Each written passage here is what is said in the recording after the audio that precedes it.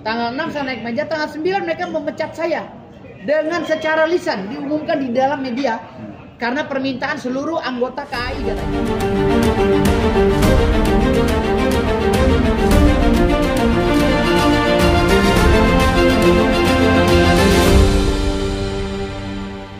Banten, ini kan kita sudah analisa secara hukum cacat karena tidak punya fondasi legal yang kemudian bisa dipakai untuk pembekuan. Sementara posisi pembekuan sendiri, status pembekuan adalah posisi sanksi. Begitu. Jadi kita beranggap bahwasanya pembekuan ini adalah sanksi yang diberikan oleh negara kepada Bang Firdaus ini kan, dan juga Bang Rasman Nasution. Tapi ini sebenarnya dasar hukumnya nggak dapat. Kenapa? Karena Bang Firdaus dalam jabatan sebagai advokat dan sedang bertindak sebagai advokat bersidang, dia harus berada di wilayah undang-undang advokat begitu. Jadi kalau sifatnya kode etik segala macam kan harusnya ada. Tapi ini tanpa adanya sidang kode etik, dewan sidang kode etik, beliau langsung diputus, dibekukan berita acara sumpahnya, sehingga ini kemudian menjadi suatu kecacatan.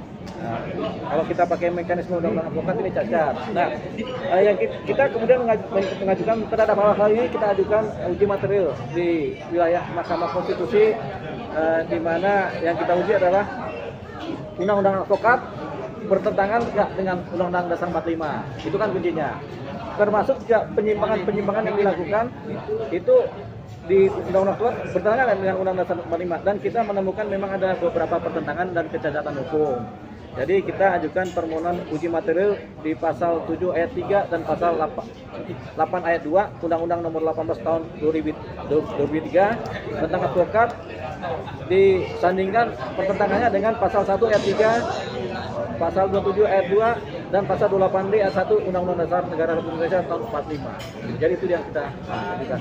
Nah, yang dimaksud cacat tersebut apa Bang? Mungkin begini, cacat ini diantaranya ya, cacat ini adalah seharusnya untuk Bang Firdaus Wibowo ketika dia dibekukan itu harus melewati mekanisme sidang Dewan Kode Etik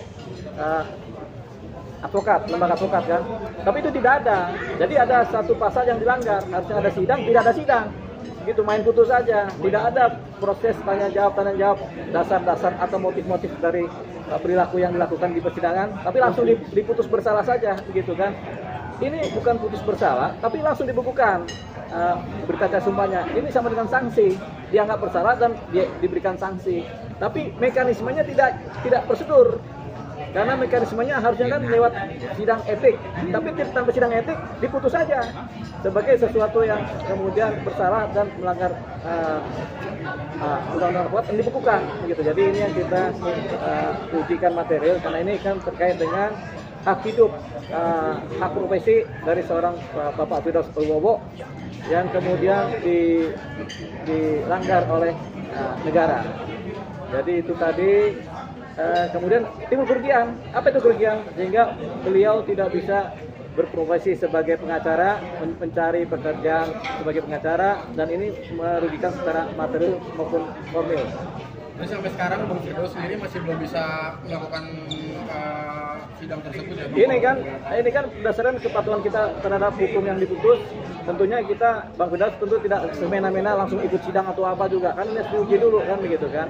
Inilah karena kecacatan ada kerugian buat seorang Firdaus. Sudah ada respon terkait Abang ngajuin itu? Nah, kita baru ajukan tadi beberapa jam yang lalu ke Mahkamah Konstitusi dan kemudian sudah diterima, sudah ada daftarnya, registernya sudah dapat, kemudian tinggal kita tindak lanjuti dengan acara-acara persidangan dan uji-uji persidangan. Itu kapan langsung? Nah, ini nanti tinggal Mahkamah Konstitusi yang akan menentukan jadwalnya. Kita menunggu dari ekot yang ada nanti. Bang, tapi kalau untuk organisasi Abang sendiri gimana? Maksudnya organisasi advokat itu sendiri gimana? Siapa ya? Maksudnya ke gue nih, ke gue ya? Pemasmi. Oh ya, Pemasmi. Iya. Jadi begini, saya ceritakan dulu ya. Saya waktu mendampingi saudara Rasman Arif Nasution tanggal 6 Februari tahun 2025 itu dalam kondisi memegang kuasa. Ya, yang saya duduk di meja dengan tertib, lalu terjadilah diskusi yang tidak baik antara Rasman dan Hotman. Masuklah orang yang pakai baju batik, 2 orang mencekik klien saya Rasman Arif Nasution. lalu masuk lagi disusul oleh jaksa yang jumlahnya 8 orang atau 7 orang itu mendorong Rasman tanpa izin pada kami sebagai kuasa hukum. Lalu secara spontan saya sedang baca WA begini karena selesai sidang kan di skor sidang, dicolek oleh Ibu Elida Nati, Firdaus, itu Rasman sedang dikeroyok. Saya kaget kan, sambil megang handphone langsung secara spontan saya naik meja. Ya.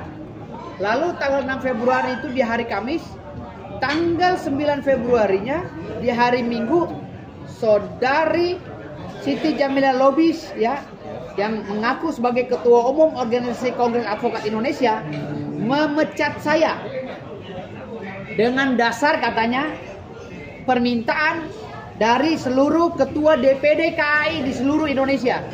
Bayangkan, bukan dasarnya sidang etik, tapi dasarnya permintaan dari ketua DPD seluruh KAI di seluruh Indonesia. Kan gila.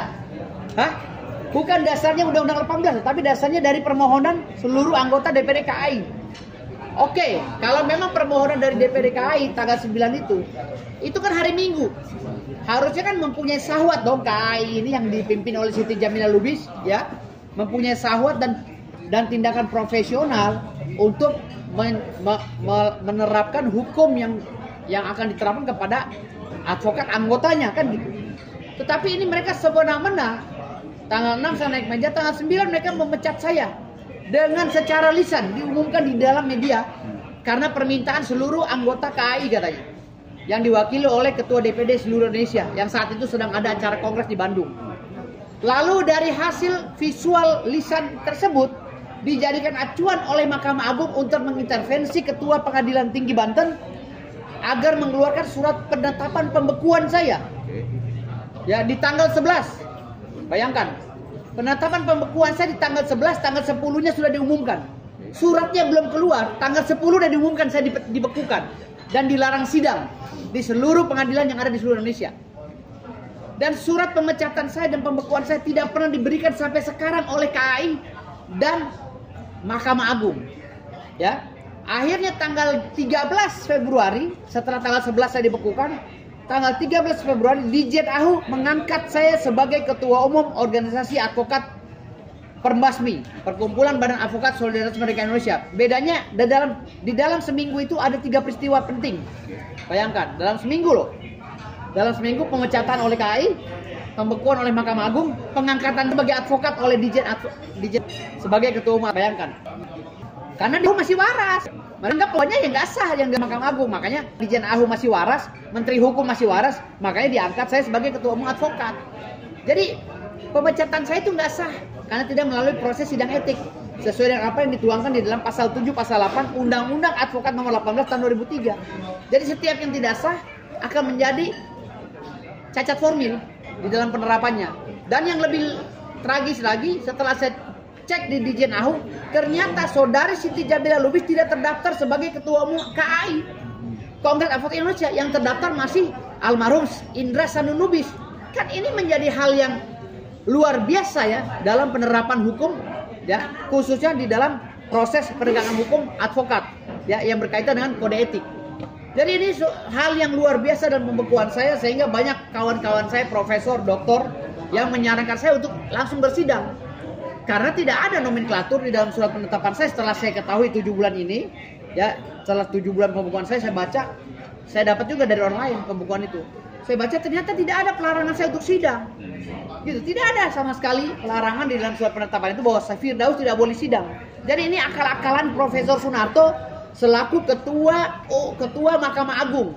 Ya, ini akal-akalan beliau aja yang menginstruksikan humasnya untuk mengintervensi pengadilan di seluruh Indonesia agar tidak menerima saya sebagai advokat yang bersidang. Nah, ini luar biasa, kejahatan luar biasa, dan kerugian material saya akibat tindakan Mahkamah Agung ini hampir sekian miliar ya, karena